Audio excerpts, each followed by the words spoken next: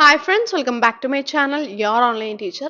നമ്മൾ ഇന്ന് നോക്കാൻ വേണ്ടിയിട്ട് പോകുന്നത് +2 അക്കൗണ്ടൻസി പാർട്ട് എയിൽ നിന്ന് നമ്മൾ ഏതൊക്കെ തിയറി ക്വസ്റ്റ്യൻസ് പഠിക്കണം എന്നുള്ളതാണ് നോക്കാൻ വേണ്ടിയിട്ട് പോകുന്നത്. വീഡിയോ ആദ്യം മുതൽ അവസാനം വരെ കാണണേ. ഈ തിയറി ക്വസ്റ്റ്യൻസ് ഒക്കെയാണ് നിങ്ങൾ പഠിക്കേണ്ടത്. അതിൽ ആദ്യത്തേതാണ് പാർട്ട്ണർഷിപ്പ് ഡീഡിന്റെ ഫീച്ചേഴ്സ് എന്താണ് പാർട്ട്ണർഷിപ്പ് ഡീഡ് അല്ല, പാർട്ട്ണർഷിപ്പിന്റെ ഫീച്ചേഴ്സ് എന്തൊക്കെയാണ്? ഓക്കെ, പാർട്ട്ണർഷിപ്പിന്റെ ഫീച്ചേഴ്സ് എന്തൊക്കെയാണെന്നുള്ളത് പഠിക്കണം. ദെൻ പാർട്ട്ണർഷിപ്പ് ഡീഡും അതിന്റെ കണ്ടന്റ്സ് ഒരു 4 പഠിച്ചു വെച്ചാൽ മതി. ഓക്കെ, എന്താണ് പാർട്ട്ണർഷിപ്പ് ഡീഡ്, അതിന്റെ കണ്ടന്റ്സ് എന്താണ് പാർട്ട്ണർഷിപ്പ് ഡീഡ് എന്ന് വെച്ചാൽ പാർട്ട്ണർഷിപ്പിനെ പറ്റിയിട്ടുള്ള മുഴുവൻ റൂൾസ് എല്ലാം പ്രൊവിഷൻസും എല്ലാം അടങ്ങിയിട്ടുള്ള റിട്ടൺ ഡോക്യുമെന്റ് ആണ് പാർട്ട്ണർഷിപ്പ് ഡീഡ്. അതിൽ എന്തൊക്കെ ഉണ്ടാവും? പാർട്ട്ണർഷിപ്പ് ഫോമിന്റെ പേര്, പാർട്ട്നേഴ്സിന്റെ പേര്, ഓരോരുത്തരും കൊണ്ടുവന്ന ക്യാപിറ്റൽ, പ്രോഫിറ്റ് ഷെയറിംഗ് റേഷ്യോ, അങ്ങനെയൊക്കെ ഉണ്ടാവും. ദെൻ ഫിക്സഡ് ക്യാപിറ്റൽ മെത്തേഡും ഫ്ലക്ച്വേറ്റിംഗ് ക്യാപിറ്റൽ മെത്തേഡും തമ്മിലുള്ള ഡിഫറൻസ് നിർബന്ധമായിട്ടും പഠിച്ചിരിക്കണം കേട്ടോ. അപ്പൊ ഇതിന് ആൻസേഴ്സ് എല്ലാം കൂടി ചേർത്തിട്ട് ഞാൻ പ്രഡിക്ഷൻ വീഡിയോയിൽ കംപ്ലീറ്റ് ആയിട്ട് നിങ്ങൾക്ക് എക്സ്പ്ലെയിൻ ചെയ്ത് തരാം കേട്ടോ. ഓക്കെ, അത് പഠിക്കണം.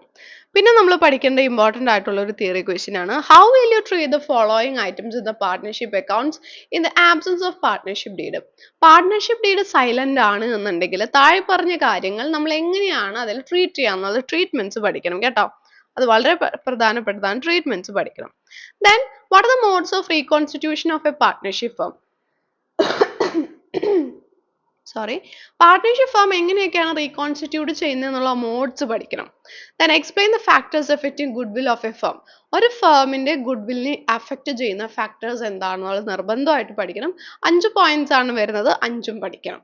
പിന്നെ ഇതിന്റെ ഒപ്പം തന്നെ പുതിയതായിട്ട് ഒരു പാർട്ട്ണർ വരുന്ന സമയത്ത് ആ പാർട്ട്ണർക്ക് കിട്ടുന്ന 2 റൈറ്റ്സ് എന്താണ്, അത് പഠിക്കണം കേട്ടോ. അത് ഇതിൽ ഇൻക്ലൂഡ് ചെയ്തിട്ടില്ല. ആ പാർട്ട്ണർക്ക് കിട്ടുന്ന 2 റൈറ്റ്സ് പഠിക്കണം. പിന്നെ പഠിക്കേണ്ട കാര്യമാണ് സാക്രിഫൈസിങ് റേഷ്യോയും ഗെയിനിങ് റേഷ്യോയും തമ്മിലുള്ള ഡിഫറൻസ് എന്താണെന്നുള്ളത് ഒരു തിയറി ക്വസ്റ്റ്യൻ ആയിട്ട് പഠിക്കണം. പിന്നെ ഇമ്പോർട്ടൻ്റ് ആയിട്ട് പഠിക്കേണ്ട theory, list out the various adjustments record in the accounts of A partner on retirement of A partner. ഒരു പാർട്ട്ണർ റിട്ടയർ ആകുമ്പോഴോ അല്ലെങ്കിൽ അഡ്മിഷൻ്റെയോ ചോദിച്ചേക്കാം. അപ്പൊ നമ്മൾ എന്തൊക്കെ അഡ്ജസ്റ്റ്മെന്റ്സ് നടത്തേണ്ടി വരും എന്നുള്ള ആ ഒരു തിയറി ക്വസ്റ്റ്യൻ നിങ്ങൾ നിർബന്ധമായിട്ട് പഠിച്ചിരിക്കണം. പിന്നെ നമ്മൾ പഠിക്കേണ്ടത് റിയലൈസേഷൻ അക്കൗണ്ടും റീവാലുവേഷൻ അക്കൗണ്ടും തമ്മിലുള്ള ഡിഫറൻസ് പഠിക്കണം. Then what are the different ways of dissolution of a partnership firm? ഒരു പാർട്ട്ണർഷിപ്പ് ഫേം ഡിസോൾവ് ആകുന്ന ഏതൊക്കെ മെത്തേഡിലാണ്? പാർട്ട്ണർഷിപ്പ് ഫേമും പാർട്ട്ണർഷിപ്പും പാർട്ട്ണർഷിപ്പ് ഫേമും തമ്മിലുള്ള ഡിസൊല്യൂഷൻ ഓഫ് പാർട്ട്ണർഷിപ്പും ഡിസൊല്യൂഷൻ ഓഫ് ഫേമും തമ്മിലുള്ള ഡിഫറൻസ് പഠിക്കണം. പിന്നെ നമ്മൾ പഠിക്കേണ്ട ക്വസ്റ്റ്യൻ എന്ന് പറയുന്നത്, ഇതിലേക്ക് ഇൻക്ലൂഡ് ചെയ്തിട്ടില്ല പക്ഷെ അത് ശ്രദ്ധിച്ചോളൂ, അതായത് നമ്മൾ എങ്ങനെയാണ് ലോസ് ട്രീറ്റ് ചെയ്യേണ്ടതെന്നുള്ളതാണ്. ഡിസൊല്യൂഷൻ എന്ന് പറഞ്ഞ ചാപ്റ്ററിൽ നിന്ന് വരുന്നതാണ്. ബിസിനസിന്റെ ലോസ് നമ്മൾ എങ്ങനെ ട്രീറ്റ് ചെയ്യണം, ആദ്യം പ്രോഫിറ്റിൽ നിന്ന് എടുത്ത് കൊടുക്കണം, പിന്നെ ക്യാപിറ്റലിൽ നിന്ന് എടുത്ത് കൊടുക്കണം, പിന്നെ പാർട്ട്നേഴ്സ് സെപ്പറേറ്റ് കൊണ്ടുവരണം അവരുടെ റേഷ്യോയിൽ എന്ന് പറഞ്ഞിട്ട് ആ ഒരു ചോദ്യം. പിന്നെ പഠിക്കേണ്ടത് ആസറ്റ്സ് വിറ്റിട്ട് കിട്ടുന്ന പണം ഏത് ഓർഡറിലാണ് ഉപയോഗിക്കേണ്ടത്. ഓക്കെ, ആ 2 ക്വസ്റ്റ്യനും കൂടി നിങ്ങൾ നിർബന്ധമായിട്ട് പഠിച്ചിരിക്കണം. ഏകദേശം തിയറി നമുക്ക് അത്ര മാത്രമാണ് പാർട്ട് എയിൽ നിന്ന് പഠിക്കാൻ വേണ്ടിയിട്ടുള്ളൂ. കമ്പ്യൂട്ടറിസ്റ്റ് അക്കൗണ്ടിംഗുകാർക്കും AFS-കാർക്കും വേണ്ടിയിട്ട് സെപ്പറേറ്റ് വീഡിയോ അതും ചെയ്യാം കേട്ടോ.